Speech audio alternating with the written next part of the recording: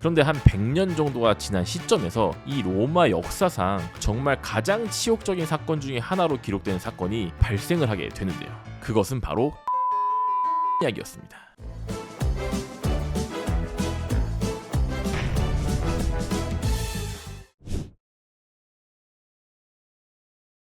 안녕하세요. 쉽지만 깊이 있게 과학과 세계사의 춘닥터입니다. 자, 많은 분들이 로마 하면 굉장히 위대한 제국, 그리고 당대 최강의 패권 국가, 이런 이미지들을 굉장히 많이 떠올리시죠. 그런데 사실 로마는 생각보다 오랜 기간 동안 최강자의 자리가 아니라 바로 언더독의 위치에서 굉장히 힘겹게 오랜 기간을 버텨왔던 그런 나라입니다. 그렇기 때문에 오죽하면 로마는 하루아침에 이루어지지 않았다라는 격언이 있는 것이죠. 그래서 오늘 바로 춘닥터가 할 이야기도 이렇게 로마가 하루아침에 이루어지지 않고 굉장히 고생을 많이 하던 시절, 바로 로마 공화정 초기에 관한 이야기를 하려고 합니다. 바로 시작하시죠. 자, 로마라는 나라는 좀 특이하게 3번의 체계 변화를 가져왔던 나라입니다. 쉽게 말해서 3단 변신 같은 거죠. 그렇다면 어떻게 3단 변신을 했느냐? 첫 번째가 바로 로마 왕정, 그리고 두 번째가 오늘 이야기할 로마 공화정, 그리고 마지막 세 번째가 위대한 제국 시절로 알려진 로마 제정입니다. 쉽게 말해서 로마 왕정은 그냥 왕이 다스렸던 시절, 그리고 로마 공화정은 소수 엘리트라고 하죠. 이 귀족들과 원로원이 나라를 다스렸던 시절을 이야기합니다. 그리고 마지막 로마 제정 같은 경우에는 굉장히 넓은 대제국인 로마를 한 명의 1인자 황제가 다스렸던 시기를 말하죠. 그래서 그냥 단순하게 생각을 하시면 왕이 다스렸냐, 귀족이 다스렸냐, 아니면 황제가 다스렸냐, 이렇게 생각을 하시면 될 것 같습니다. 자, 그렇다면 오늘 이야기할 로마 공화정 초기는 어떤 시기였을까요? 바로 기원전 500년 정도의 시기라고 보시면 되겠는데요. 지금으로부터 약 2500년 전이니까 굉장히 오래된 시기죠. 자, 이때 당시만 하더라도 일단 로마 같은 경우 굉장히 작은 도시국가 형태의 나라였습니다. 게다가 로마 왕정에서 로마 공화정으로 이 체제가 바뀐 지 얼마 안 된 상황이었기 때문에 사실 정치적으로도 굉장히 좀 불안정한 시기였죠. 그래서 이 시기에 로마는 밖으로는 끊임없는 외적들과 전쟁을 치러야 하는 상황이었고, 또 안으로는 정치적인 안정, 체제의 안정을 가져야 했던, 말 그대로 이 내우외환이라고 하죠. 이 밖과 안이 모두 불안정하고 힘든 시기였다고 할 수 있습니다. 자, 그렇다면 그 중에서도 로마 공화정 초기에 가장 큰 문제는 과연 무엇이었을까요? 그것은 바로 귀족과 평민 간의 갈등이었습니다. 예를 들면 이런 것이었어요. 일단 로마는 공화정일 때 이 투표로 지도자를 선출했습니다. 우리나라도 5년마다 대통령을 선출하죠. 그런데 로마 공화정 같은 경우는 이런 대통령에 있는 관직을 5년마다가 아닌 1년마다, 즉 매년 선출을 했고, 우리나라 같은 경우는 대통령이 한 명이잖아요. 근데 이 로마 공화정은 지도자 역할을 한 명이 아닌 2명으로 선출을 했습니다. 그래서 매년 2명씩 지도자를 선출했던 것이죠. 그리고 이것을 로마에서는 대통령이 아니라 지도자에 위치하는 관직의 이름을 집정관이라고 불렀습니다. 그래서 언뜻 보면 이런 어떤 매년 지도자를 투표로 선출을 하기 때문에 굉장히 좀 민주적으로 보이기도 하고, 또 일반 평민들의 어떤 의사나 이런 것들이 많이 반영되어 있을 것처럼 보이잖아요. 그런데 여기서 굉장히 결정적인 문제가 하나 있었습니다. 그것은 바로 투표권이 한 명당 한 장이 아니었다는 거예요. 당시 로마 같은 경우는 재산이 많으면 많을수록 투표권을 한 사람이 많이 가져갈 수 있는 형태였어요. 이렇게 되면 예를 들어 굉장히 재산이 많은 귀족 같은 경우는 투표권의 장수가 한 사람이 1000장을 갖고 있기도 한 그런 형태를 띈 것이죠. 이렇게 되면 아까도 말씀드린 것처럼 집정관 같은 지도자를 뽑거나, 아니면 나라에 있는 중대한 일을 투표로 결정한다고 할 때 한 명당 한 표가 아니기 때문에 훨씬 더 귀족들이 재산이 많았고 표수도 많았겠죠. 그래서 이런 중대한 결정들을 귀족들의 마음대로 할 수 있었던 부분이 있었던 것입니다. 게다가 이런 투표로 선출되는 그런 공직자들도 대부분 이 인재 풀이 다 귀족이었어요. 당연한 이야기긴 하지만 이런 고위 공직자들을 하려면 보통 똑똑해야 되잖아요. 엘리트들이라고도 하는데, 이런 엘리트들을 공직자로 보통 선출을 할 텐데, 이런 교육도 잘 받고 똑똑한 사람들이 당연히 대부분 귀족이었겠죠. 그래서 이런 문제점들이 점점 평민들에게서 불만이 되어서 나오기 시작한 것입니다. 가뜩이나 돈 없는 것도 서러운데 저 귀족 녀석들은 맨날 교육도 잘 받고 그 교육을 바탕으로 맨날 고위공직자 자리도 독점하니 이게 나라냐? 이렇게 로마 공화정 초기 시절에 귀족과 평민의 갈등은 점점 심해져 가고 있었던 것입니다. 자, 그렇다면 이 로마에서 평민과 귀족이란 존재는 구체적으로 어떤 존재였을까요? 이것을 간단하게 이해하기 위해서는 로마 정치사에서 아주 중요한 개념인 원로원과 민회, 이 두 가지 정치 기구에 대한 개념을 알고 넘어가셔야 합니다. 자, 일단 로마에서 원로원이라 함은 일종의 정치 자문 기구 같은 거였어요. 쉽게 말해서 어떤 중요한 정책이라든지 공직자들이 어떤 일을 할 때 그 공직자들에게 조언이라든지 자문을 하는 그런 어떤 정치적인 집단이었다는 것이죠. 근데 사실 이 조언이라는 단어의 뜻이 어떤 권장 같은 걸 하는 거잖아요. 그냥 충고를 하거나 조언을 한다 이런 식으로 말을 하잖아요. 그래서 사실은 명령 같은 게 아니니까 엄청나게 무슨 정치적으로 이런 조언이 영향력을 행사하느냐 이렇게 사실 생각하실 수 있잖아요. 그런데 왜 로마에서는 이렇게 조언을 하는 자문기구인 원로원이 굉장히 유명하고 또 정치적으로도 굉장히 강한 집단이라고 평가가 될까요? 그것은 바로 원로원 자체가 굉장히 힘을 많이 갖고 있는 귀족들, 그리고 퇴임을 한 엘리트 공직자 출신의 귀족들로 이루어진 집단이었기 때문입니다. 흔히 인맥 정치라고 하잖아요. 이 로마 원로원 같은 경우는 아까도 말씀드렸듯이 굉장히 힘을 많이 갖고 있는, 정치적으로나 경제적으로나 힘을 많이 갖고 있는 인물들이 많이 모여 있었기 때문에 그들의 입김이 굉장히 강했던 것이죠. 똑같은 조언이라도 결국 조언이 아닌 것이죠. 그렇게 해서 이 로마 공화정의 꽃이라고 불리는 이 원로원은 말 그대로 소수 엘리트 집단이 주도해서 정치를 하는 것, 이것의 굉장히 교과서적인 모습이었다고 평가를 받고 있어요.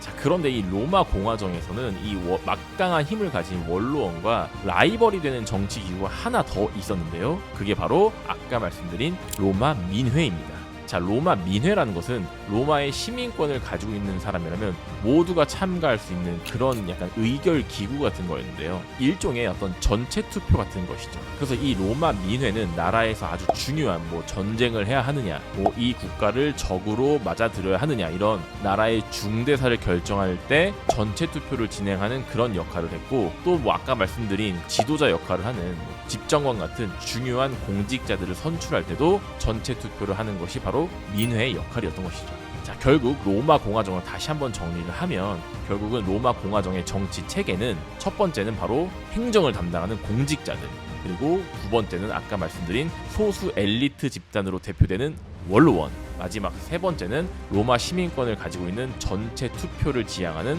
로마 민회, 이 세 개의 정치 기구가 로마 공화정 정치의 핵심이었다고 보시면 될 것 같습니다. 그리고 당연히 이상적으로 이 로마 공화정이 흘러가려면 이 공직자 집단과 원로원, 그리고 마지막 로마 민회가 서로를 잘 견제하고 또 균형을 이루면서 이 나라를 운영해 나가는 것이 가장 이상적인 모습이었겠죠. 자, 그런데 이 로마 공화정 초기 같은 경우는 아까 말씀드린 이 밸런스와 균형이 깨져 있었다는 게 바로 가장 큰 문제였습니다. 왜냐하면 아까도 잠깐 말씀을 드린 것처럼 일단 공직자 자체도 거의 원로원 출신, 귀족 출신들로 다 뽑혔고, 평민이 원래 수는 훨씬 많지만 소수의 귀족들이 투표권을 독점하는 형태였기 때문에 이런 부분에서 다 균형이 깨져버리는 것이죠. 결국 평민들은 시간이 지날수록 이런 부분들을 점점 참지 못하고 들고 일어나게 되는 것입니다. 아니, 우리 평범한 로마 시민들은 맨날 전쟁 나가면 나가서 싸우랴, 집에 와서는 농사 지으랴 진짜 힘들어 죽겠는데 결국 이득은 저 배부른 귀족들이 다 챙겨가네. 에라이 더러워서 못 살겠다.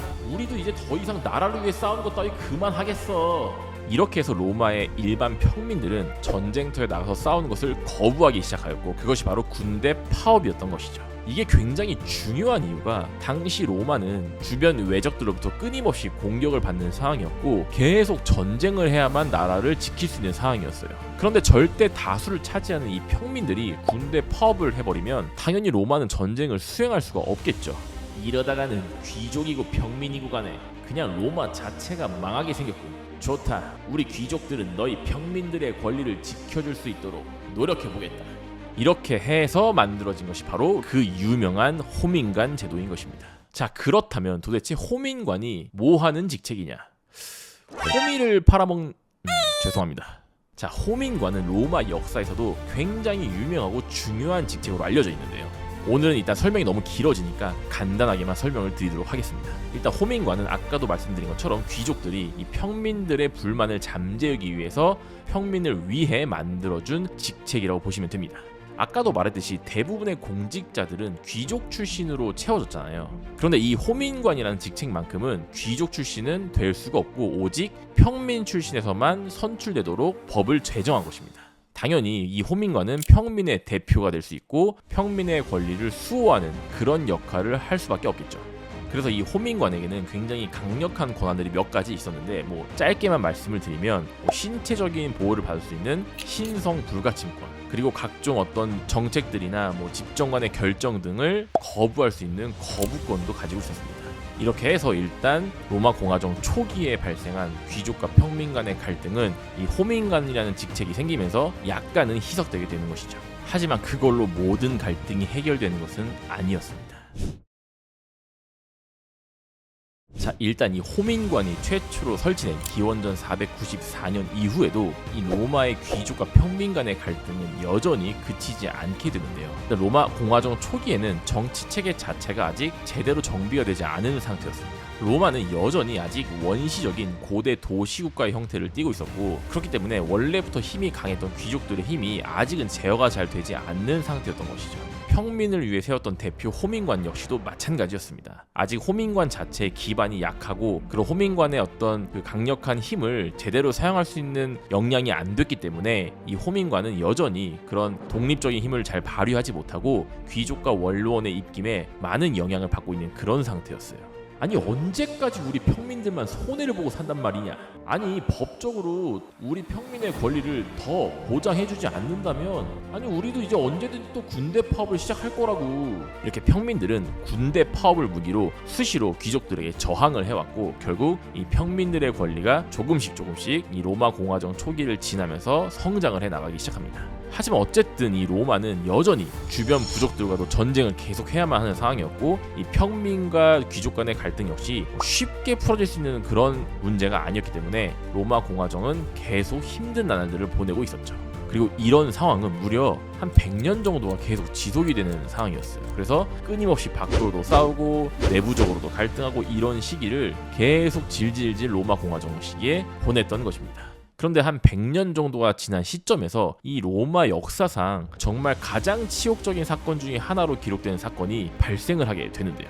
그것은 바로 켈트족의 침략이었습니다. 자, 켈트족은 이 고대 시대에 유럽을 거의 지배했던 민족이라고 할 수 있는데요. 일단 이 기원 전이었죠. 이 고대 시대에는 유럽이 아직은 많이 문명화가 되지 않은 그런 땅이었습니다. 자, 일단 땅이 개간돼서 농사를 짓고 그리고 그런 것들을 기반으로 도시가 생기고 이런 것들을 보통 문명화되었다고 표현을 하는데요. 그런데 당시 고대 유럽 같은 경우는 이탈리아의 로마나 에트루리아라든지 아니면 이 발칸반도 쪽의 그리스의 도시국가들 요 정도만 어느 정도 문명화를 이룬 상태였고 대부분의 다른 유럽 땅들은 문명화를 이루지 못한 상태였어요. 그래서 이런 문명화되지 않은 유럽에서는 굉장히 울창한 숲도 많이 있었고 그리고 그곳에서 떠돌아다니는 여러 민족들이 존재했었습니다. 그리고 그 중에서도 당시에 이 서유럽과 이베리아 반도 그리고 동유럽의 일부까지도 넓게 분포했던 그 민족이 바로 그 유명한 켈트족이었던 것이죠. 이 켈트족은 일단 농경 민족이 아니었기 때문에 도시나 땅에 정착하는 그런 민족이 아니잖아요. 그래서 사냥도 하고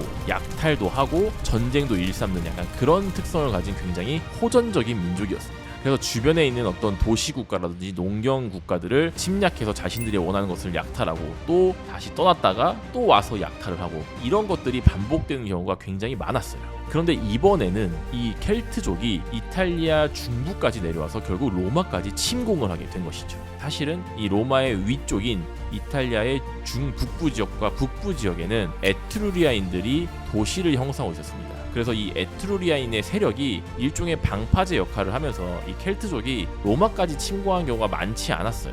그런데 이 에트루리아인들이 서서히 쇠퇴를 하게 되면서 이 방파제의 구멍이 뚫리게 되고 이 켈트족이 결국은 로마까지도 침공을 해오게 된 것이죠. 그런데 문제는 하필이면 또 이 켈트족이 침공할 당시에 밖으로는 외적들과 싸우느라 정신도 없었고 게다가 평민과 그 귀족이 또 심하게 갈등을 하고 있던 와중이어서 이 군대도 분열된 상태였습니다. 그래서 이렇게 로마가 국력이 분열된 상태에서 상당히 싸움도 잘하고 굉장히 호전적인 켈트족이 순간적으로 남하를 하면서 로마를 침공했으니 로마는 제대로 된 저항도 하지 못하고 결국 이 로마 시내 자체가 함락을 당하게 되는 것이죠.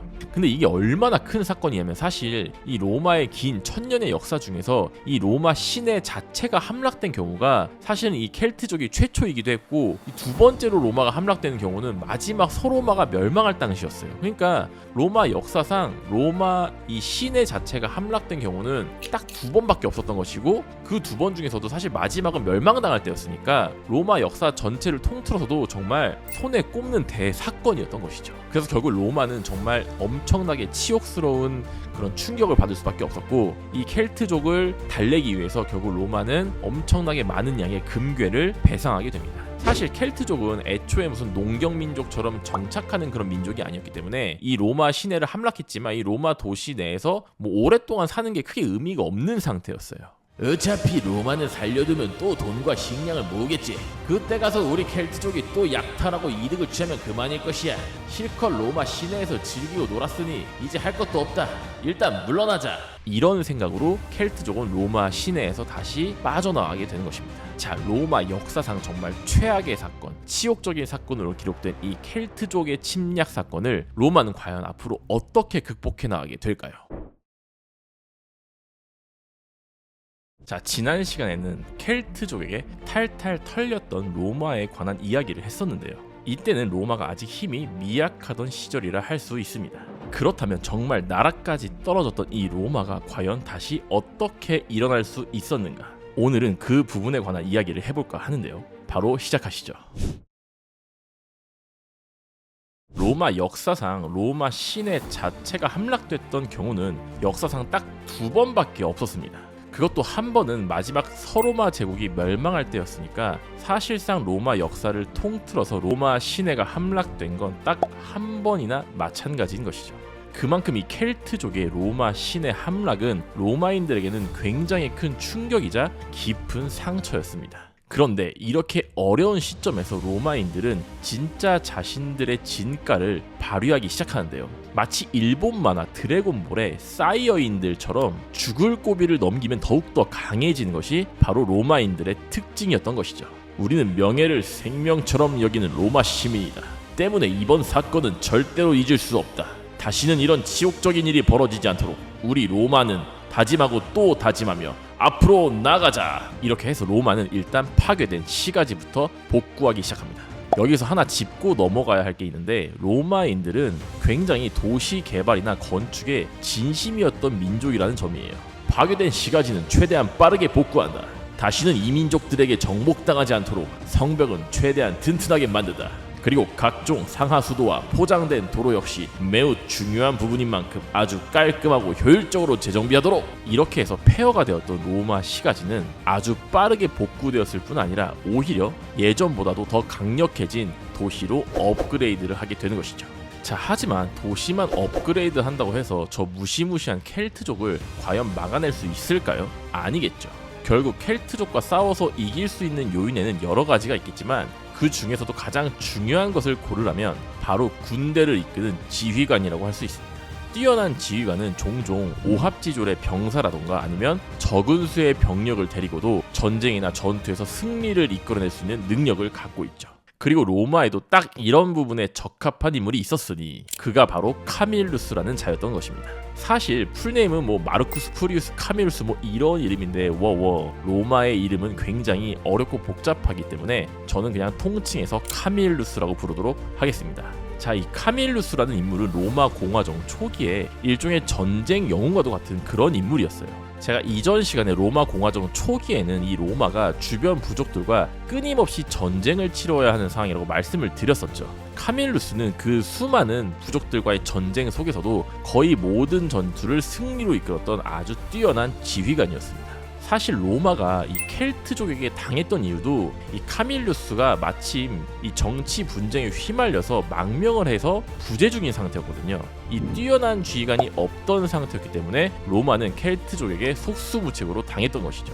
특히나 이 카밀루스 역시 로마가 전에 말씀드렸던 평민과 귀족 간의 그런 끊임없는 갈등과 분쟁으로 인해서 어떤 일종의 희생자로 망명을 했던 것이었기 때문에 더욱더 이런 부분이 뼈아플 수밖에 없는 상황이었습니다. 귀족이고 평민이고 간에 우리 모두 다 잘못한 게 맞다. 우리가 이렇게 쓸데없이 치고받고 싸웠기 때문에 결국 켈트족의 침공을 막을 수 없었던 거라고. 이제 우리 로마도 정신 차리고 진짜 전쟁에서 이겨줄 수 있는 카밀루스를 지휘관으로 다시 추대하자. 이렇게 해서 쫓겨난 전쟁 영웅이었던 카밀루스는 다시 로마로 돌아와서 최고 지도자 자리였던 집정관에 오르게 되는 것입니다. 나를 다시 로마로 불러줘 고맙소. 나 카밀루스는 비록 부족한 사람이나 로마의 재건과 시민들의 안녕을 위해 다시 최선을 다해보겠어. 모두 함께 힘을 내봅시다. 사실 당시 로마가 켈트족에게 당한 것이 알려지면서 로마 주변에 있던 동맹국이나 아니면 경쟁 관계에 있던 다른 부족들은 역시 로마에게 모두 등을 돌린 상태였습니다. 켈트족에게 당하더니 로마도 이제 이빨 빠진 호랑이군. 우리도 틈을 봐서 로마를 공격하고 약탈하면 되겠구만. 하하하. 하지만 전쟁 영웅이었던 카밀루스를 중심으로 똘똘 뭉친 로마는 예전의 로마가 아니었죠. 결국 로마는 배신한 동맹국들과 주변에 있는 경쟁 부족들을 차근차근 전투를 통해서 이겨나가기 시작합니다. 이렇게 해서 로마는 켈트족이 침공하기 이전 시절보다 오히려 한층 더 단단해지고 강해진 모습으로 서서히 일어나기 시작하는 것이죠. 자, 무너진 도시를 재건하고 또 뛰어난 지휘관인 카밀루스를 중심으로 주변 부족들과의 전쟁에서 승리를 가져오게 된 로마. 하지만 이 로마에게는 아직 해결되지 않은 가장 중요한 숙제가 하나 남아 있었습니다. 그리고 그것은 바로 저번 시간부터 계속 말씀드렸던 바로 평민과 귀족 간의 갈등 관계였던 것이죠. 자, 이것은 정말 굉장히 중요한 문제인데요. 왜냐하면 많은 수를 차지하는 다수의 평민과 적은 수였던 소수의 귀족들 간의 갈등, 이것이 해결되지 못한다면 로마는 계속 분열할 수밖에 없는 것이고, 그렇게 되면 또 제2의 켈트족 침공 사태가 일어나지 말란 법이 없었겠죠. 언제까지 너희 귀족들만 배부르게 살 거냐? 정치도 맨날 너희 맘대로 하고 중요한 공직자 자리도 너네가 다 헤쳐먹으면 이게 나라냐? 사실 이런 평민과 귀족 간의 격차를 줄이기 위해 평민의 권리를 수호하는 호민관이라는 제도도 만들었지만 여전히 로마는 귀족들에게 훨씬 유리한 나라였습니다. 그리고 로마인들은 이 켈트족의 침공 이후 더더욱 이 문제를 해결하지 않으면 로마는 더 이상 앞으로 나아갈 수 없다는 것을 깨달은 것이죠. 이대로 가면 우리 로마는 위기 때마다 힘을 합칠 수 없게 된다. 평민과 귀족이 싸움을 멈추고 진정한 화합을 하지 못한다면 켈트족의 침공 사건은 또다시 반복되겠지. 이제 더 이상은 미룰 수 없다. 평민과 귀족의 진정한 화합을 위해서 우리들도 결단할 때가 온 것이다. 이렇게 해서 로마는 켈트족의 침공 사건으로부터 20여 년이 지난 시점인 기원전 367년 드디어 중대한 법안을 발표하게 됩니다. 그리고 그 법안은 바로 리키니우스 섹스티우스라는 법안이었던 것이죠. 역시 로마답게 이름이 굉장히 길기 때문에 간단하게 리키니우스 법이라고 명칭하도록 하겠습니다. 자, 이 리키니우스 법은 로마가 굉장히 정치적으로 발전을 하고 있던 그런 나라라는 것을 보여주는 예시라고 생각을 하거든요. 왜냐하면 이 리키니우스 법안의 핵심은 결국 귀족들이 자신들의 기득권을 어느 정도 내려놓고 어떤 그 기회를 평민들에게 주었던 그런 결정적인 법안이었기 때문입니다. 현대 사회를 살아가고 있는 저희들도 사실 정치가 돌아가는 행태를 보고 있자면 굉장히 답답하고 분통이 터지는 경우가 많잖아요. 사실 정치는 동서고금을 막론하고 언제나 기득권들이 자신들의 권력을 내려놓지 않는 경우가 훨씬 많은 것 같습니다. 어쩌면 그게 인간의 본성일 수도 있겠죠. 그런데 지금으로부터 약 2400여 년 전, 정말 굉장히 오래전 시대인 이 고대 시대에 실제로 이 기득권층이 자신들의 권력을 어느 정도 내려놓고 평민들에게 신분 상승의 기회를 주는 그런 결정적인 법안을 발표했던 것이죠. 그리고 저는 이런 부분이야말로 로마가 어떤 약간 특별한 위대한 제국이 될 수 있었던 결정적인 요인 중에 하나가 아닐까, 그렇게 생각을 하게 되는 것 같습니다. 자, 그러면 이 리키니우스 법의 구체적인 항목을 간단하게 살펴보도록 하겠습니다. 총 3개의 항목이 있는데 그 중에서 가장 중요한 항목은 역시나 첫 번째 항목인데요. 바로 로마의 최고 지도자 위치인 집정관 2명 중 1명은 반드시 평민 출신으로 선출한다 입니다.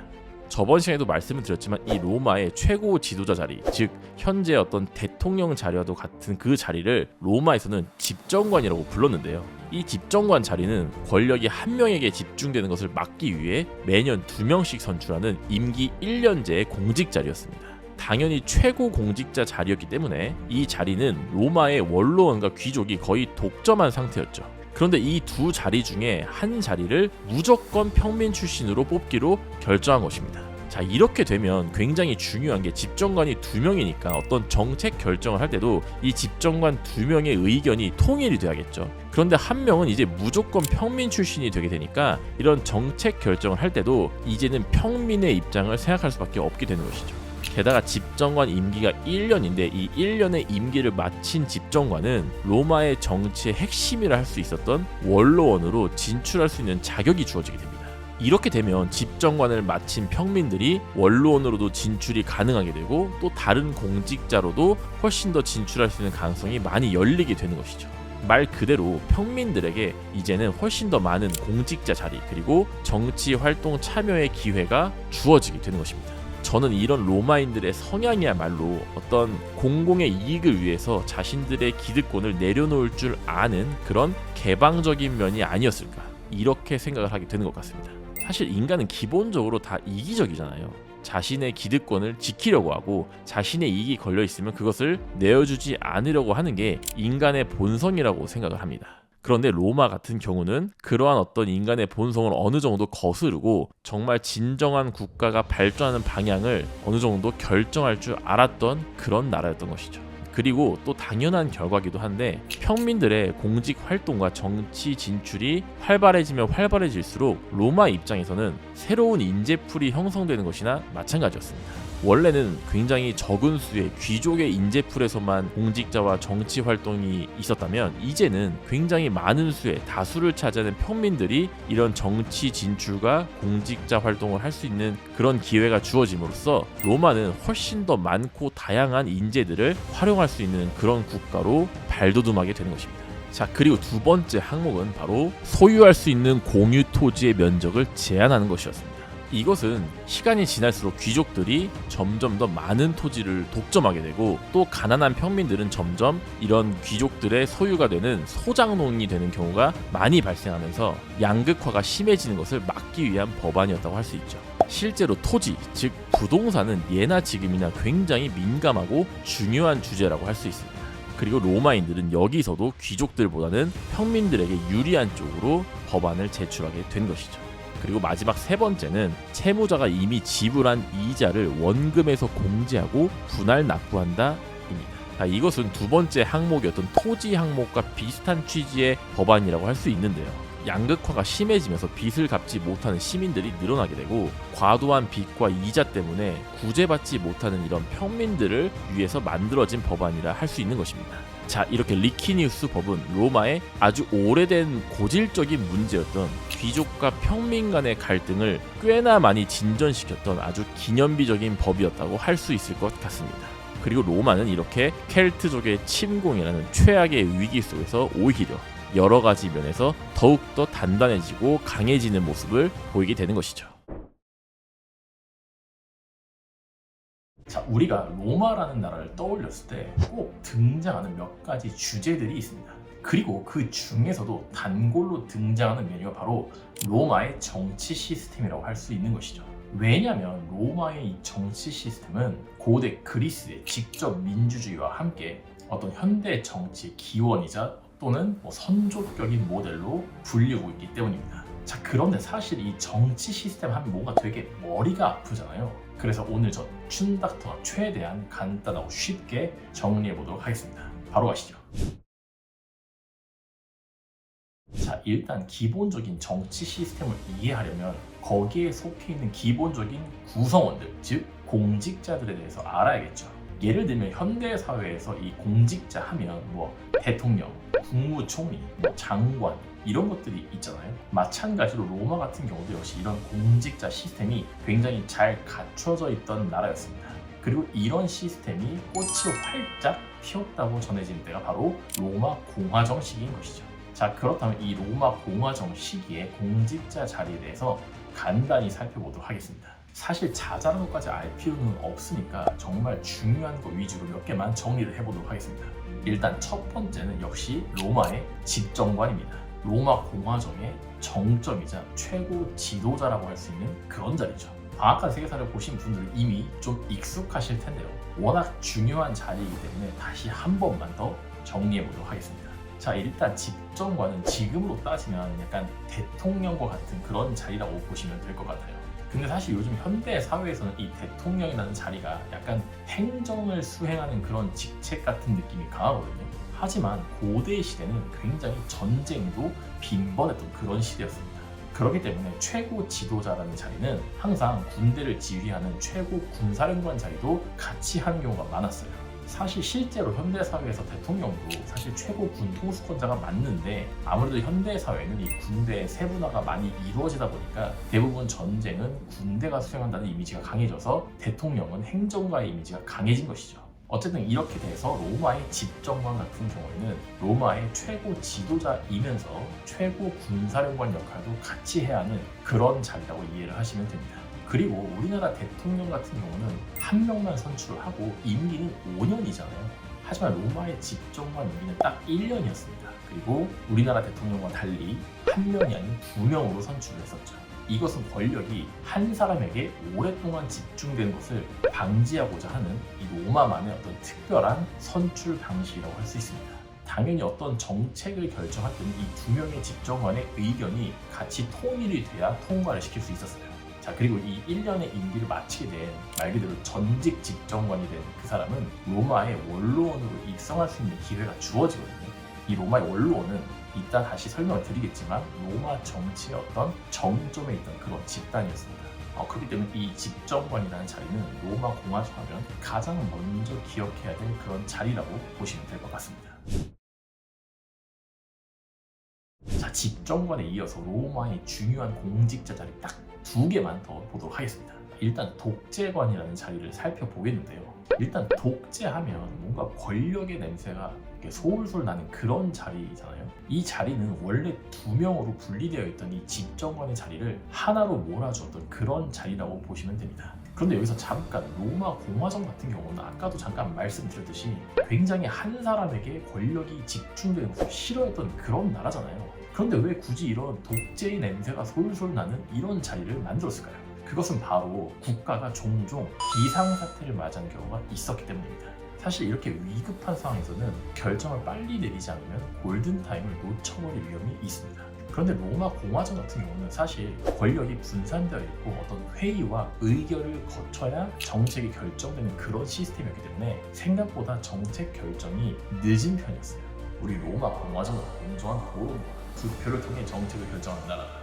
권력이 한 사람에게 독점되지 않는 대신 정책 결정이 신중하고 느리게 진행되는 편이지. 하지만 이런 시스템으로는 위급한 비상사태에서 빠른 판단이나 신속한 실행을 할 수 없게 되다. 결국 비상사태에 한해 이런 것들이 가능한 자리를 만들 수밖에 없다. 자, 이렇게 독재관이라는 자리는 특별한 경우에 발생하는 어떤 일종의 임시직과 같은 자리라고 이해하시면 될 것 같습니다. 대신 임기는 짧았지만 비상사태에서 빠른 판단을 내려야 했기 때문에 그 권한은 실로 막강했죠. 마치 약간 계엄령이 발동했을 때 전권을 위임받은 계엄사령관 약간 이런 느낌이라고 보시면 될 것 같은데요. 어쨌든 이 독재관이라는 자리는 왜 중요하냐면 로마 역사에서도 이 독재관을 역임한 자들이 굉장히 뛰어난 인물들인 경우가 많았어요. 당연히 그랬겠죠. 왜냐면 비상사태에서 나라를 구해야 될 인물을 뽑았어야 했기 때문에 이 독재관 출신으로는 굉장히 유명한 인물들이 많이 있었습니다.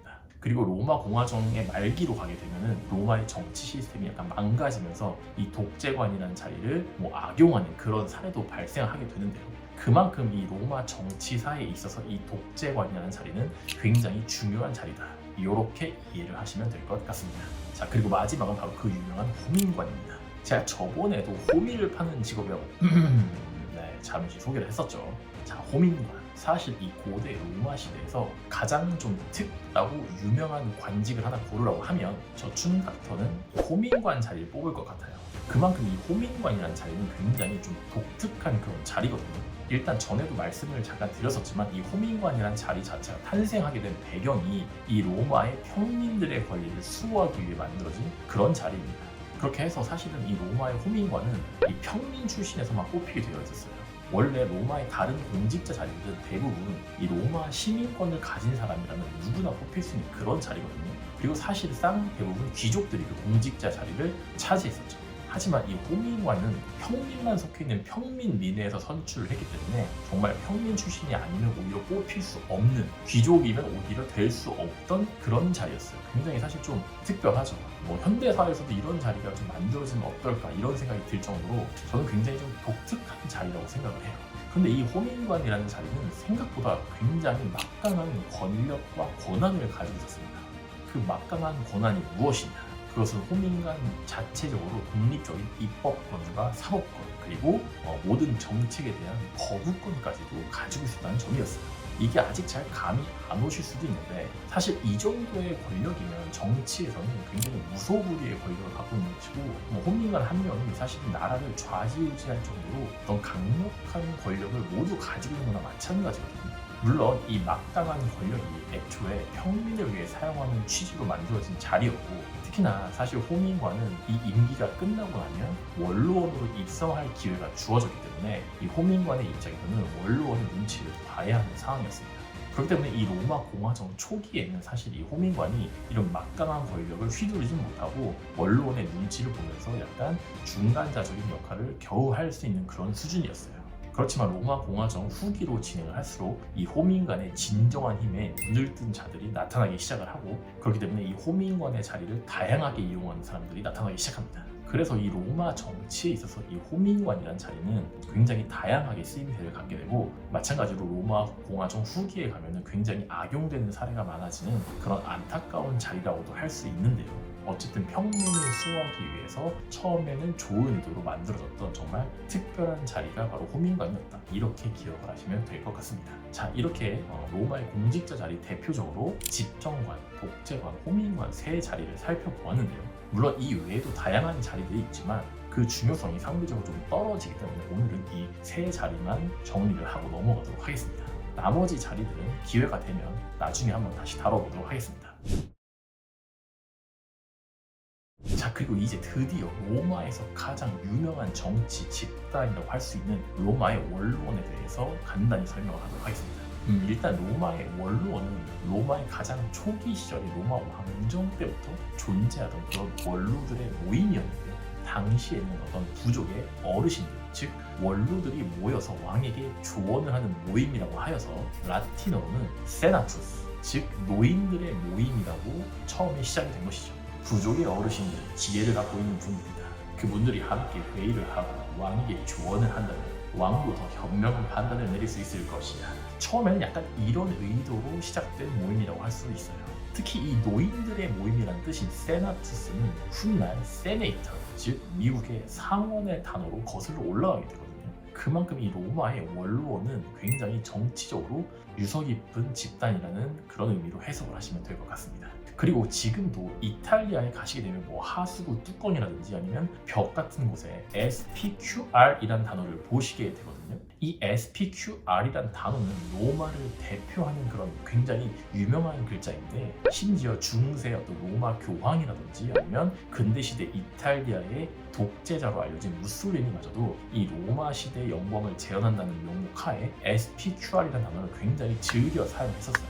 근데 사실 이 SPQR이라는 단어의 뜻은 세나투스 포플리큐스 로마누스, 즉 로마의 원로원과 시민들이라는 뜻이거든요. 그만큼 이 로마에서 이 로마를 대표한 네 글자 안에 당당하게 로마 원로원이 들어있는 것만 봐도 이 로마의 원로원이 로마에서 얼마나 중요한 역할을 했고 중요한 지위를 갖고 있었던 집단인지 알 수 있는 것 같습니다. 자, 어쨌든 이 로마의 원로원은 초기 조언만 하던 로마 왕정 시대에서 이 로마 공화정으로 이르게 되면서 정치적인 힘에 꽃을 피우게 되는데요. 로마 공화정 시기에 이르러서는 왕에게 조언만 하던 그런 모임이 아니라 이 소수 엘리트들이 모여서 정책을 입안하고 또 의결까지 할 수 있는 그런 강력한 정치 기구로 발전하게 되는 것이죠. 이것은 마치 현대사회의 어떤 국회의원이라든지 아니면 미국의 상원과도 같은 그런 역할이라고 보시면 될 것 같아요. 게다가 로마 같은 경우는 아까도 잠깐 말씀드렸지만 대부분의 공직자들이 임기가 1년으로 굉장히 짧아서 계속 순환을 하는 그런 선출직 구조였거든요. 그런데 로마의 원로원만큼은 유일하게 죽을 때까지 할 수 있는 종신직으로 결정되었습니다. 쉽게 말해서 종신직 국회의원, 종신직 상원의원 이런 느낌인 것이죠. 당연히 종신직이었기 때문에 그 권한 또한 굉장히 지속적으로 막강할 수 있는 부분이 있었고, 게다가 대부분의 공직자들은 민회에서 투표를 통해서 선출이 되었었는데, 이 로마 원로원 자리 같은 경우는 원로원이 자체적으로 심의를 해서 뽑는 그런 구조였어요. 그만큼 이 로마의 원로원이라는 집단은 좀 독립된 특성을 지니고 있었고, 다른 선출직 공직자들과는 별개로 굉장히 큰 정치적인 힘을 발휘했던 정말 소수 엘리트 정치의 표본이라고 할 수 있었던 것 같습니다. 자, 그리고 드디어 마지막 로마 민회에 대해서 간단히 다뤄보도록 하겠습니다. 자, 로마의 원로원이 소수 엘리트 정치의 표본이었다면, 이 로마 민회는 말 그대로 시민이 정치의 중심이 될 수 있었다는 그런 사례라고 보시면 될 것 같은데요. 일단 로마 시민권을 가지고 있던 로마 시민이라면 모두가 다 이 로마 민회에 포함이 될 수 있었습니다. 결국 이렇게 로마 시민 전체가 참여를 할 수 있었던 이 로마 민회는 어떤 전쟁이라던가 아니면 각 나라의 동맹, 화친 제의 같은 굉장히 중요한 정책을 결정할 때 이것을 찬반 투표로 민회에서 표를 던져서 결정할 수 있도록 그렇게 되어 있었어요. 게다가 아까 말씀드렸던 로마의 공직자들 있죠. 집정관, 호민관 이런 수많은 다른 공직자들도 있는데, 이 공직자들 역시 이 로마 민회에서 표를 통해서 선출되는 그런 것이 바로 로마 민회를 통해 모두 이루어지게 돼 있었습니다. 물론 현대사회 민주주의의 어떤 표본인 1인 1표 형식이 아니었기 때문에 이 로마 민회 투표가 완전히 민주주의에 가깝다고 말할 수는 없지만, 어쨌든 로마 시민권을 가진 모든 사람들이 참여를 할 수 있고 자신의 의견을 표출할 수 있었기 때문에 이 로마 민회는 시민 정치 표본이 어느 정도 될 수 있었다, 이렇게 말씀을 드릴 수 있을 것 같아요. 그리고 마치 현대사회의 어떤 상원과 하원처럼 이 로마 민회와 원로원은 서로 정치적인 힘을 갖고 견제를 하면서 균형을 맞추고, 이런 식으로 로마의 정치가 계속 발전할 수 있었던 그런 형태라고 기억을 해두시면 좋을 것 같습니다. 자, 오늘 이렇게 로마의 정치 시스템에 관해서 간단히 살펴보았는데요. 사실 좀 내용이 약간 지루할 수도 있고 어려울 수도 있었는데, 그럼에도 불구하고 이 로마는 역시 정치의 교과서라고 불리우던 나라이기 때문에 언젠가 한 번쯤 꼭 짚고 넘어가야 할 내용이 아니었나 싶습니다. 자, 오늘은 로마가 바로 자신의 본체라고 할 수 있는 두둥, 바로 그 이탈리아 반도를 어떻게 정복했는지 그 부분에 관해 이야기를 해보려고 합니다. 바로 시작하시죠.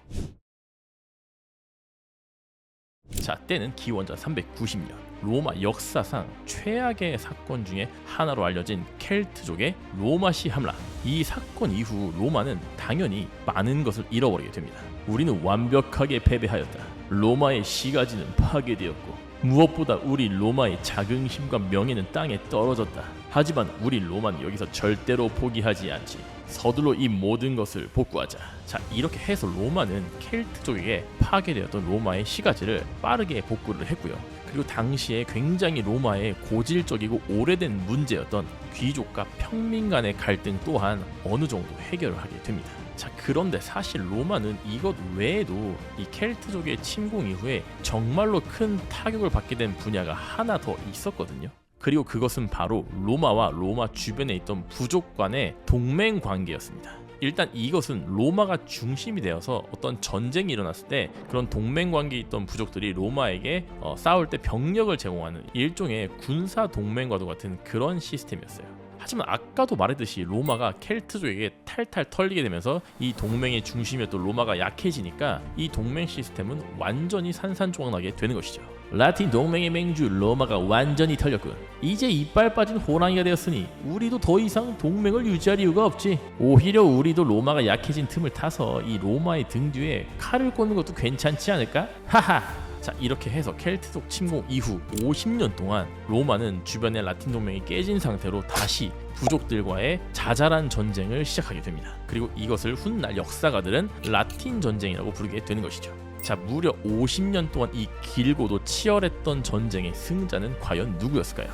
그렇죠, 바로 로마가 이 라틴 전쟁의 최종 승자로 등극을 하게 됩니다. 이렇게 해서 로마는 기원전 338년 이 로마 주변에 있던 지역을 라티움 지역이라 불렀는데요. 이 라티움 지역을 완전히 제패하는 데 성공을 하게 됩니다. 그리고 이 라티움 지역은 뭐 우리나라로 따지면 약간 이 서울이 로마라고 치면 이 서울 주변을 감싸고 있는 도가 바로 경기도잖아요. 이탈리아 같은 경우도 이 로마를 감싸고 있는 주가 라치오 주거든요. 이 이탈리아 세리에 A 팀의 축구팀으로도 유명한 라치오. 이 라치오 주를 예전에 어원으로 라티움이라는 단어를 사용해서 라티움 지역이라고 했던 것입니다.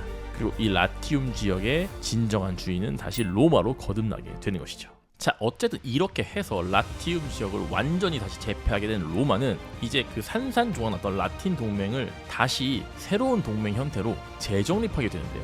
기존의 라틴 동맹 같은 경우 동맹국들이 서로에게 너무 대등한 위치였다. 문제는 이렇게 서로가 너무 대등한 입장일 경우 한쪽 힘이 약해질 때 그 동맹이 유지되지 않고 바로 배신을 한다는 점이지. 켈트족의 침공 때 우리 로마가 약해진 틈을 타서 이제까지 공든탑으로 쌓아올렸던 그 라틴 동맹은 완전히 휴지 조각이 되고 말았다. 우리는 이제 다시 이런 일이 되풀이되지 않도록 훨씬 더 체계적인 동맹 시스템을 만들 것이다. 이렇게 해서 새롭게 탄생한 동맹이 바로 짜잔! 로마 연합이라고 불리우는 동맹이 되는 것이죠. 로마 연합은 기존의 라틴 동맹보다 훨씬 더 체계적인 시스템으로 만들 것이다. 일단 라틴 전쟁의 승리자인 로마가 바로 로마 연합의 맹주로 가장 중심에서 역할을 한다. 그리고 나머지 국가들은 각 상황과 동맹국에 편입된 시간 등 여러 가지를 합리적으로 따져서 동맹의 단계를 나누도록 하겠다. 이렇게 하면 동맹의 결속력도 좀 더 촘촘하게 강화시킬 수 있고 각 단계마다 역할도 조금씩 다르기 때문에 훨씬 더 효율적이고 체계적인 동맹 체계를 만들 수 있게 되는 것이지. 자, 이렇게 로마는 기존에 단순했던 약간 군사동맹 형태인 라틴 동맹과는 달리 이번에 로마 연합 같은 경우 훨씬 더 체계적이고 상황에 맞춰서 합리적인 방법으로 동맹을 맺게 되는데요. 근데 여기서 가장 중요했던 점은 뭐냐면 바로 로마가 보통은 자신이 승리한 국가이기 때문에 상대 국가를 이 고대 시대에는 굉장히 발 아래 뒀단 말이에요. 그래서 뭐 노예로 삼거나 아니면 완전히 뭐 하층민이나 뭐 속국으로 삼아버리거나 이런 식으로 하는 경우가 굉장히 많았죠. 그런데 로마는 자신들이 완전히 승리하고 이겼음에도 불구하고 이 패배한 민족들과 그 지역들을 완전히 자신의 속국으로 두지 않고 자신들의 어떤 시민권도 주고 자치권도 인정을 하는 등 굉장히 단계별로 그 상황에 맞춰서 동맹을 합리적으로 만들게 됩니다. 쉽게 말해 가장 가까운 동맹국 같은 경우는 거의 로마의 시민권을 나눠줘서 로마와 거의 대등한 위치에 서 있는 수준의 그런 동맹국을 삼았고 뭐 맨 마지막 아니면 좀 먼 지역 아니면 뭐 잘 아직 모르는 그런 지역을 점령했을 때는 그 지역은 아직 일단 시민권까지는 주지 않고 뭐 병력을 제공받고 대신에 자치권은 인정하는 등 상당히 어떤 자신들의 어떤 동맹을 맺게 된 그 과정에 따라서 체계적이고 합리적으로 동맹을 만들게 되는 것이죠. 그리고 이것은 역시나 역사가들이 늘 강조하는 로마의 가장 중요한 강점 중에 하나였던 바로 로마인의 개방성과 관용성의 특징이라고 할 수 있는 것입니다. 그리고 이러한 체계적인 로마 연합 동맹 시스템이 과연 나중에 어떻게 작용을 하게 되는지는 훗날 한니발 전쟁으로 유명한 포에니 전쟁에서 그 위력을 알려드리도록 하겠습니다. 자, 어쨌든 간단히 정리를 하면 이 라틴 전쟁에서 승리한 로마는 기존의 라틴 연합보다 훨씬 더 체계적이고 효율적인 그리고 특히나 로마인의 관용성을 이용한 정말 개방적인 그런 시스템을 구축하였다. 그리고 그것이 바로 그 유명한 로마 연합이 되었다. 이렇게 알고 계시면 될 것 같습니다. 자, 라티움 지역을 통일하고 로마 연합의 맹주로 우뚝 서게 된 로마 공화국. 이제 이들은 조금씩 자신들의 세력을 남쪽으로 확장하게 되는데요. 자, 일단 이탈리아 지도에서 이 라티움 지방 밑에 있는 지방을 캄파니아 지방이라고 불렀습니다. 우리나라로 따지면 이 경기도의 어떤 중서남부 쪽이니까 약간 충청북도 정도의 느낌이라고 보시면 될 것 같아요. 어쨌든 이 당시 캄파니아 지방에서 주요 도시로는 카푸아라는 도시가 있었는데 이 카푸아라는 도시에서 로마에게 도움을 요청하면서 어떤 사건이 발생을 하게 되는 것이죠. 라티움 지역의 로마 연합의 맹주 로마 나으리, 지금 저희 카푸아가 위험합니다. 저희를 좀 도와주십시오. 저희를 도와주신다면 저희 카푸아도 로마 연합에 가입해서 충성을 하도록 하겠습니다. 자, 그렇다면 이 카푸아 도시를 괴롭혔던 민족은 과연 어떤 민족이었을까요? 바로 산악 민족이라 불리우던 삼니움족이 그 주인공이었습니다. 자, 이 삼니움족은 이탈리아 지도를 보시면 이 이탈리아의 척추라고 해당되는 아펜니노 산맥이 있거든요. 이탈리아 중심을 쫙 가로지르는 그런 척추 등뼈와도 같은 산맥이 있는데 이 이탈리아의 아펜니노 산맥의 중부 지방에서 주로 서식을 했던 그런 민족이라고 보시면 될 것 같습니다. 당연히 아무래도 기본적으로 험준한 지형이었던 산악 민족이었기 때문에 굉장히 기질이 공격적이고 호전적인 싸움도 굉장히 잘하는 그런 전투적인 민족이었다고 보시면 될 것 같아요. 결국 이 이탈리아 중부 지방을 지키고 있던 터주대감 삼리움족과 이 라티움 지역을 확보한 뒤 점점 남쪽으로 세력을 확장해 나가던 로마와 피할 수 없는 충돌이 그들 사이에서 일어나게 되는 것이죠. 그리고 이렇게 이탈리아 중부 지역을 걸고서 로마와 삼리움족이 싸웠던 이 전쟁을 바로 삼리움족과의 전쟁이라고 불리는데, 이 전쟁이 굉장히 치열하고 오래 갔기 때문에 무려 50년 정도의 기간이 흘렀다고 전해지고 있습니다.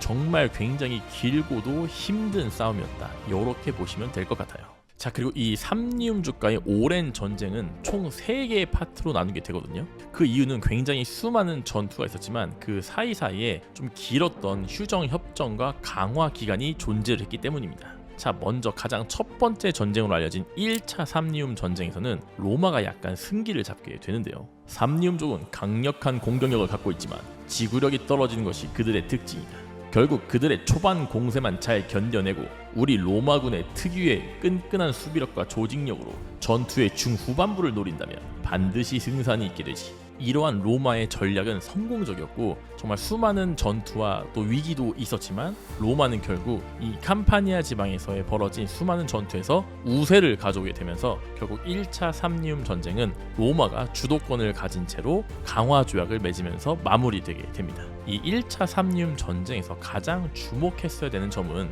로마군의 적응력과 성장 가능성이라고 보면 될 것 같은데요. 우리 로마는 적과의 전투에서 언제나 배움을 얻는 민족이다. 전투에서는 패배할 수도 있고 승리할 수도 있는 법. 하지만 어떤 전투든 간에 배울 것은 반드시 있긴 마련이지. 우리 로마군은 그것을 결코 놓치지 않고 오히려 그것을 토대로 계속 적용하여 강해질 수 있는 것이다. 바로 이러한 점이 1차 삼리움 전쟁에서 로마가 삼리움족에게 우세를 가져올 수 있었던 결정적인 부분이 아니었나, 그런 생각이 드는 것 같아요.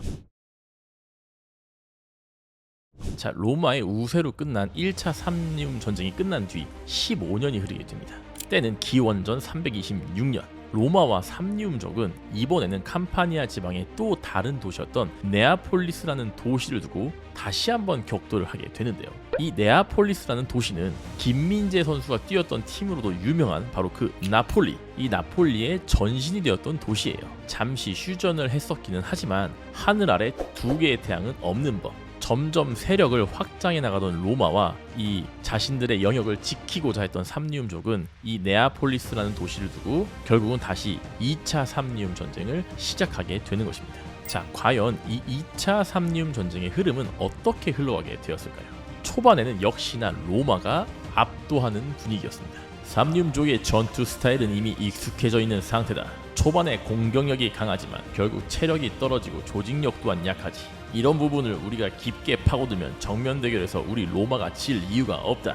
이번 전쟁을 기회 삼아 삼리움족을 완전히 끝장내버리자. 가자! 로마군의 기세는 정말로 하늘을 찌르는 그런 형태였고 삼리움족은 점점점 코너로 몰리게 되는 그런 형국이었죠. 이대로 가다가는 우리 삼리움족은 로마에게 정복당할 것이다. 정면 대결로는 도저히 저 강력한 로마군의 상대가 되지 못한다. 이렇게 된 이상 우리 삼리움족도 계략을 사용해서 로마군을 위험에 빠뜨려보자. 이렇게 해서 당시 삼리움족의 지휘관이었던 가이우스 폰티우스는 자신의 병력 일부를 양치기로 변장시켜서 로마군에게 보내게 됩니다. 너희들은 로마군에게 가짜 정보를 흘려서 그들을 카우디움 협곡으로 유인해야만 한다. 카우디움 협곡은 양쪽이 높은 절벽인 협곡이지만 반대편 평원으로 넘어가기 위해선 최단거리이기 때문에 로마군은 그 유혹을 떨쳐내기 힘들 것이다. 폰티우스의 예상은 적중했는데요.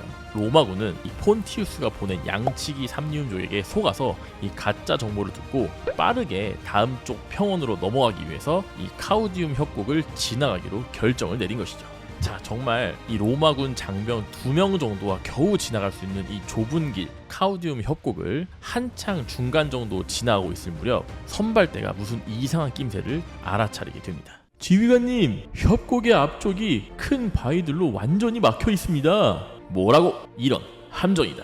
빠르게 뒤로 후퇴해서 카우디움 협곡을 빠져나가도록 한다. 하지만 어느새 로마군이 들어왔었던 이 카우디움 협곡 입구마저도 삼림족이 기회를 놓치지 않고 바로 빠르게 큰 바위돌로 입구를 막아버린 상태였습니다. 결국은 이 로마군은 이 카우디움 협곡의 앞뒤에 완전히 막혀서 갇혀버린 형국이 된 것이죠. 그리고 로마군이 당황하고 있는 사이 이 양쪽 높은 절벽 위에 드디어 매복해 있었던 삼림족이 모습을 드러내게 됩니다. 드디어 저 강력한 로마군이 함정에 빠졌다. 우리에게 기회가 왔다. 공격하라. 그들을 쳐부숴라. 결국 로마군은 이 완벽하게 불리한 지형에서 도저히 삼림족의 공격을 이겨내지 못하고 항복을 하게 되는 것이죠. 그리고 삼림족은 이 로마의 정말 많은 병력을 모두 인질로 삼는데 성공을 하게 되고, 이 인질은 결국 로마와 강화 조약을 맺는데 훨씬 더 삼림족에게 유리하게 작용을 하게 됩니다. 이 강화 조약이 끝난 뒤에 포로로 잡혀 있었던 로마군은 발가벗은 채로 이 삼림족의 가랑이 사이를 지나서 엉금엉금 기어서 겨우 로마로 돌아갔다고 알려져 있어요. 명예를 굉장히 중요시 여기는 로마 군인이었기 때문에 이런 처사는 사실 굉장히 로마에게는 깊은 상처와 치욕으로 남게 되는 것입니다. 자, 어쨌든 이렇게 초반에 기세등등했던 로마가 카우디움의 협곡에서 큰 타격을 받게 됨으로써 2차 삼림 전쟁 역시 혼돈의 양성으로 빠져들게 되고, 그 이후에도 수차례 전투가 있었지만 소모전을 치르다가 결국 지치게 된 로마와 삼림족은 다시 휴전 협정을 맺게 되는 것입니다. 이렇게 해서 결국은 결말을 내지 못한 채 2차 삼림 전쟁도 종결을 하게 되는 것이죠. 자, 카우디움의 협곡 패배 이후에 잠시 주춤하긴 했지만 로마는 여전히 견고하게 자신들의 세력을 차근차근 확장해 나가고 있었습니다. 이 로마의 북부 지역에 위치하고 있던 에트루리아와 움브리아인들, 그리고 이 로마의 남쪽에 있던 삼림족, 이 민족들이 점점 더 로마의 위세에 불안과 초조를 느끼게 되는 것이죠. 이대로 가다가는 작은 도시 국가에 불과했던 로마가 우리 이탈리아 반도를 모두 잡아먹을 기세군. 우리 에트루리아와 움브리아도 이대로 가만히 있을 수는 없겠어. 남쪽에 있는 삼림족과 힘을 합쳐 이 중부 지역의 로마의 기세를 억누를 필요가 있을 것 같아. 이렇게 해서 이탈리아의 중남부 지역에 위치한 삼림족과 그리고 이탈리아의 중북부 지역에 위치하고 있던 에트루리아와 움브리아인, 그리고 마지막으로 로마를 한때 침공했었던 이 켈트족의 용병까지 합세를 해서 총 4개의 민족이 반로마 연합 세력을 만들게 되는 것입니다. 당연히 이 소식을 들은 로마도 가만히 있을 수는 없었겠죠. 로마도 역시 수많은 싸움에서 승리를 이끌었던 가장 뛰어난 지휘관이었던 룰리아누스라는 자를 집정관으로 최우선 선임을 하게 됩니다. 그리고 이 룰리아누스와 손발을 맞춰 여러 번 전쟁을 경험했던 무스라는 사람을 또 다른 집정관으로 선임을 하게 되는 것이죠.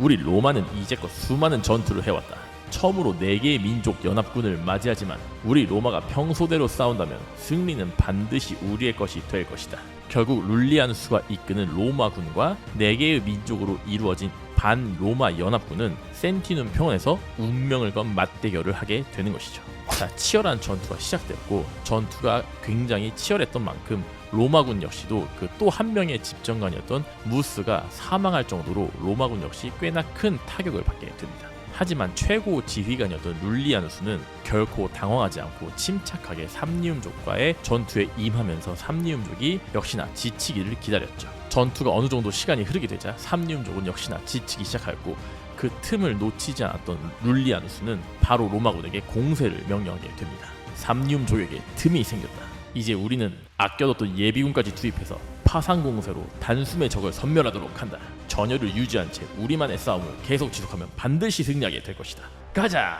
결국 룰리아누스가 이끄는 로마의 보병과 기병대가 합세하여 결국 4개의 민족 연합군은 괴멸적인 타격을 받게 되고, 센티눔 전투에서 로마군이 완벽하게 승리를 하게 되는 것입니다. 자, 이 센티눔 전투는 굉장히 결정적인 전투이기 때문에 이 전투 이후에 이 북쪽에 있던 에트루리아와 움브리아인은 더 이상 로마를 건들지 못하고 위축이 될 수밖에 없었습니다. 마찬가지로 남쪽에 가장 큰 타격을 받았던 삼림족은 너무 오랜 전쟁 기간 동안도 지쳐 있었고, 정말 마지막 힘을 쥐어짰던 이 센티눔 전투에서도 크게 패배하였기 때문에 그 이후에 몇 번의 저항이 있긴 했지만 결국 로마군을 이겨내지 못하고 드디어 항복을 하게 되는 것이죠.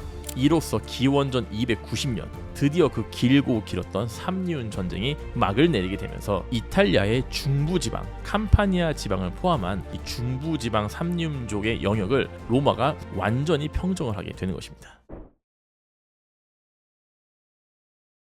자, 오늘은 로마의 이탈리아 정복기 그 두 번째 이야기, 바로 병법의 천재라고 불렸던 피로스와 로마의 치열한 혈투에 관한 이야기입니다. 바로 시작하시죠. 자, 이탈리아 반도의 중부 지역을 두고 삼리움족과 무려 50년 동안이나 치열하게 혈투를 벌였던 로마. 기원전 290년 드디어 삼리움족을 굴복시키고 이탈리아의 중부 지역을 완전히 장악하는 데 성공하게 됩니다.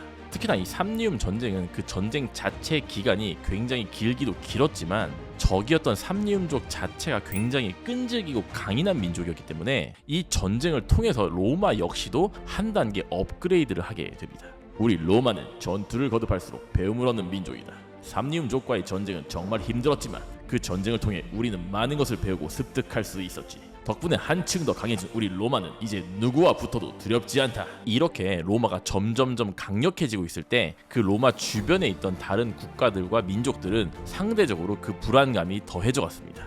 조그만 도시국가에 불과했던 꼬맹이 로마가 어느새 이탈리아의 중부 지역까지 삼켜버렸군. 이러다가 우리도 당할 수 있겠어. 앞으로 우리는 로마를 계속 경계해야겠다. 이렇게 해서 로마와 긴장 관계에 놓이게 된 도시가 있었는데요. 그 주인공은 바로 타렌툼이라는 도시였습니다. 이 타렌툼은 당시 남부 이탈리아 지역을 대표하는 그런 도시였는데요. 일단 이 고대 이탈리아 반도를 살펴보시면 크게 세 파트로 나눌 수가 있습니다. 바로 중북부 지방은 에트루리아와 움브리아, 그리고 이탈리아 반도의 중부 지역은 로마와 삼리움, 그리고 마지막으로 이탈리아의 남부 지역은 그리스 계열의 도시 국가들이었어요.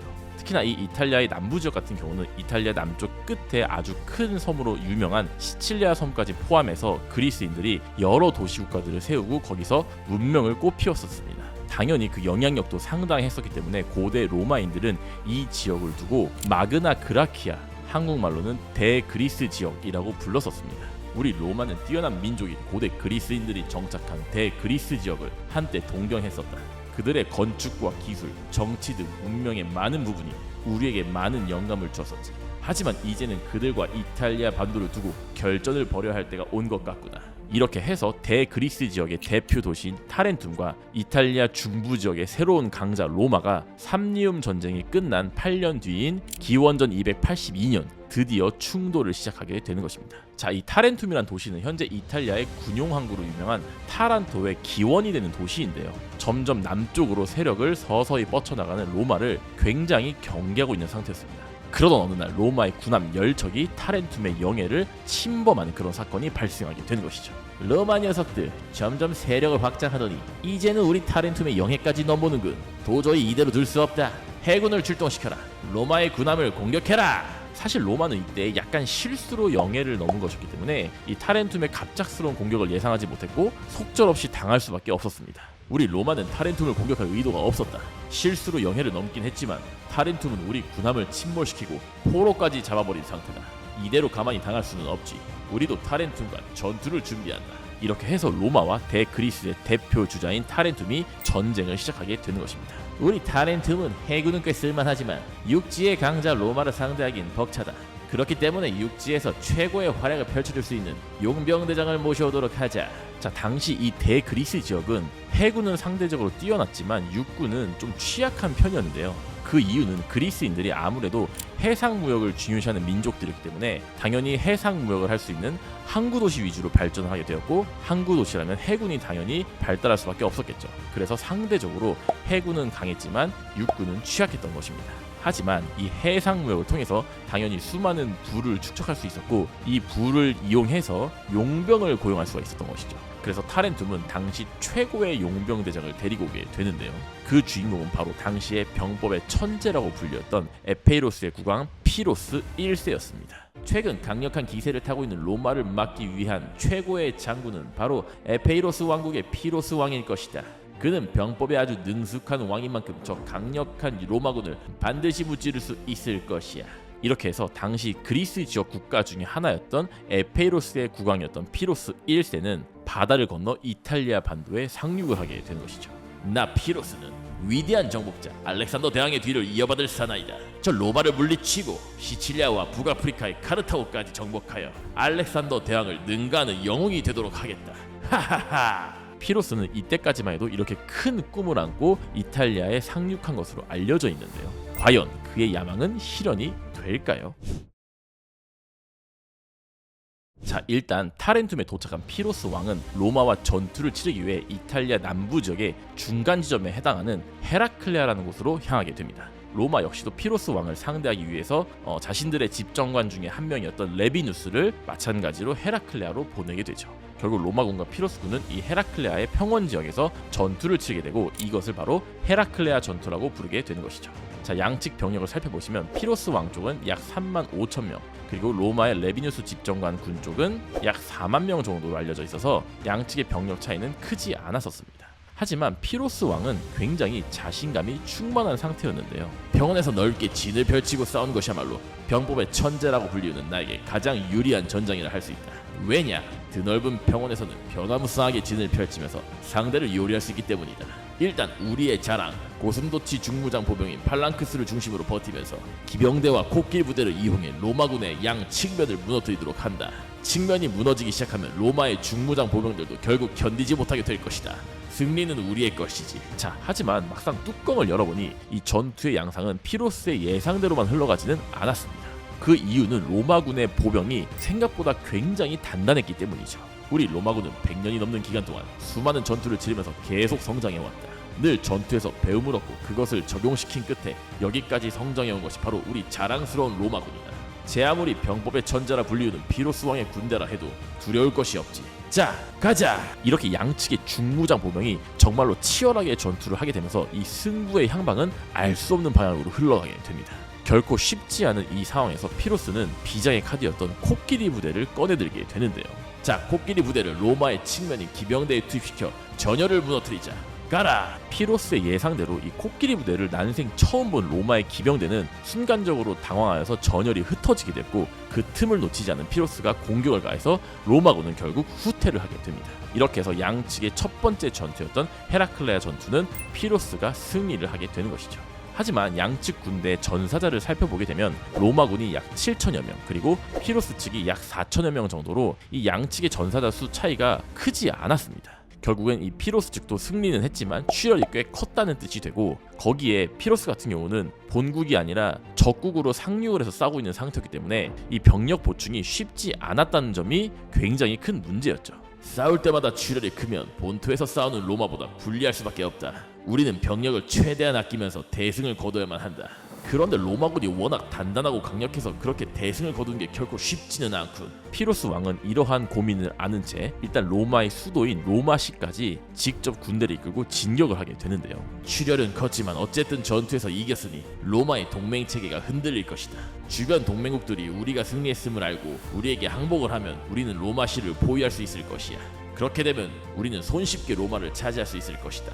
하하. 하지만 피로스의 예상과는 달리 로마의 동맹 체계였던 로마 연합은 굉장히 단단한 결속력을 자랑하고 있습니다. 결국 이 헤라클레아 전투 승리 이후에도 이 로마 연합의 동맹시들은 거의 배반을 하지 않고 계속 로마 편에 서 있었고, 게다가 로마시의 수비까지 굉장히 단단하게 펼쳐져 있는 모습을 본 피로스는 결국 로마시에 대한 공격을 포기하고 다시 남부 이탈리아로 돌아가게 되는 것이죠. 자, 로마시 공격을 포기하고 겨울을 보낸 피로스는 이듬해였던 기원전 279년 이탈리아 반도의 남동쪽 지역인 아스쿨룸이라는 곳에서 로마군과 다시 한번 충돌을 하게 됩니다. 이번에도 양쪽의 병력 규모는 둘 다 4만 명 정도로 역시 병력의 차이가 크지 않은 상태였는데요.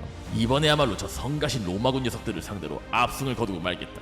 완벽한 승리가 아니면 적진인 이탈리아에서 싸우는 한 나는 계속 불리해질 수밖에 없다. 하지만 피로스의 바람은 이번 전투에서도 이루어지지 않았습니다. 로마군이 헤라클레아 전투를 교훈 삼아서 오히려 더더욱 단단해진 모습으로 전투에 임했기 때문이죠. 저번에는 코끼리에게 놀라서 패배한 게 컸다. 이번에는 코끼리 부대를 공략하기 위한 투석기까지 특별히 준비했으니 저번처럼 쉽게 지지는 않을 것이다. 이렇게 해서 굉장히 치열한 전투가 벌어졌고, 코끼리 부대를 대응한 로마군에게 피로스가 작은 틈을 발견해서 이 로마의 투석기를 공격하여서 결국은 로마의 전열을 또다시 흐트러뜨리고 피로스가 간신히 승리를 하게 되는 것이죠. 양측의 사상자는 이번에도 로마군이 약 7천여 명, 그리고 피로스군도 역시 3-4천 명 정도가 되었었는데요. 특히나 이번 아스클룸 전투 같은 경우에는 이 피로스군의 고위 장교들이 많이 전사한 것으로 알려져 있습니다. 이번 전투로 인해 우리 피로스군의 정예 보병 및 고위 장교들이 상당수 전사했다. 이런 식으로 우리가 이길 때마다 계속 출혈이 커지게 된다면 다음 전투에서는 더 이상 우리가 견디지 못할 것이다. 이를 어쩐다. 자, 전투를 할 때마다 승리했지만 그 전투 때마다 매우 큰 출혈을 감당해야 했던 피로스. 게다가 지금 전장은 로마의 홈그라운드로 할 수 있는 이탈리아 반도였죠. 피로스는 이렇게 생각했습니다. 나는 본국을 떠나 바다를 건너 이탈리아로 왔기 때문에 군사를 보충하기가 쉽지 않은 상태다. 그런데 이런 식으로 전투를 할 때마다 출혈이 계속 커진다면 점점 상황은 어려워질 것이다. 잠시 머리를 식힐 필요가 있을 것 같다. 이렇게 점점 자신감이 떨어지고 있던 피로스는 때마침 이탈리아 남단의 시칠리아 쪽 그리스 계열 도시에서 피로스에게 원군을 요청하게 되자 피로스는 이탈리아를 떠나 시칠리아로 향하게 됩니다. 시칠리아에는 그리스 계열의 도시가 많다. 거기를 도와서 나의 영향력을 확장시킨다면 우리 군사도 보충할 수 있게 되고 다시 로마와 싸울 힘도 얻을 수 있을 것이다. 자, 하지만 시칠리아 원정 역시도 결국 피로스의 마음대로 풀리지가 않게 되는데요. 일단 이 시칠리아의 그리스 계열 도시들이 피로스 왕에게 제대로 된 협조를 하지 못했고, 게다가 시칠리아는 섬이었기 때문에 이 해상 보급이 중요한데 이 해상 보급도 원활하게 진행이 되지 않으면서 이 피로스 왕이 전투 자체를 수행하는 것이 어려워지게 된 것이죠. 결국 이 피로스 왕은 시칠리아 원정에서 아무것도 얻지 못한 채 다시 이탈리아로 돌아오게 됩니다. 결국 피로스는 상처만 남은 병력들을 이끌고 로마와 마지막 결전을 벌이기로 결심을 하게 됩니다. 이렇게 된 이상 남은 모든 힘을 쥐어짜서 로마와 마지막 결판을 짓겠다. 당대 최강의 장군이라 불리우는 나 피로스가 여기서 이렇게 허무하게 물러날 수는 없다. 이렇게 해서 이탈리아의 남서쪽 지방에 위치한 말벤툼이라는 곳에서 로마와 피로스가 마지막 전투를 시작하게 됩니다. 로마군은 정면 대결에서 굉장히 강하다. 그러므로 이번엔 정면 대결을 피해 야심한 밤을 틈타서 습격을 감행하자. 하지만 이런 피로스의 한밤중 공격인 야습 타이밍이 생각보다 늦춰지고 말았고, 로마군 역시도 피로스의 이런 움직임을 미리 예측하고 있었습니다. 한밤중의 공격 따위 이미 대비하고 있었다. 우리 로마를 괴롭혔던 피로스군의 코끼리 역시 이제는 두렵지 않지. 모두들 긴 투창을 코끼리에게 던져라. 가자, 위대한 로마군이여, 승부를 결정짓도록 하자.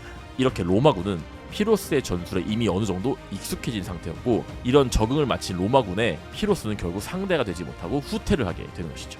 이제 나에게 남은 병력은 고작 8,000명 정도구나. 병법의 천재라 불리웠던 나 피로스가 이렇게 허무하게 물러나게 될 줄이야. 어쩔 수 없다. 남은 병력을 이끌고 우리는 이제 본국으로 돌아가도록 한다. 이렇게 마지막 전투에서 패배한 피로스는 결국 이탈리아를 포기하고 본국인 에페이로스로 얼마 남지 않은 병력을 데리고 돌아가 버리게 되는 것이죠. 피로스마저 도망가 버리자 더 이상 싸울 힘이 남아있지 않던 남부 이탈리아 지역의 그리스 계열 도시들은 모두 로마에게 항복을 하게 됩니다. 로마의 이탈리아 반도 통일이 이루어지는 순간이었던 것이죠. 참고로 이 피로스와 마지막 전투를 벌인 이 말벤툼이라는 장소의 뜻은 안 좋은 상황이라는 뜻이었다고 알려져 있는데요. 하지만 로마는 이곳에서 정말 기분 좋은 승리를 거둘 수 있었고, 이 전투의 승리 덕분에 이탈리아 반도 통일까지 이뤄낸 것이기 때문에 이 말벤툼이라는 지역의 뜻을 베네벤툼, 즉 좋은 영향이라는 뜻의 단어로 바꾸었다고 알려져 있습니다.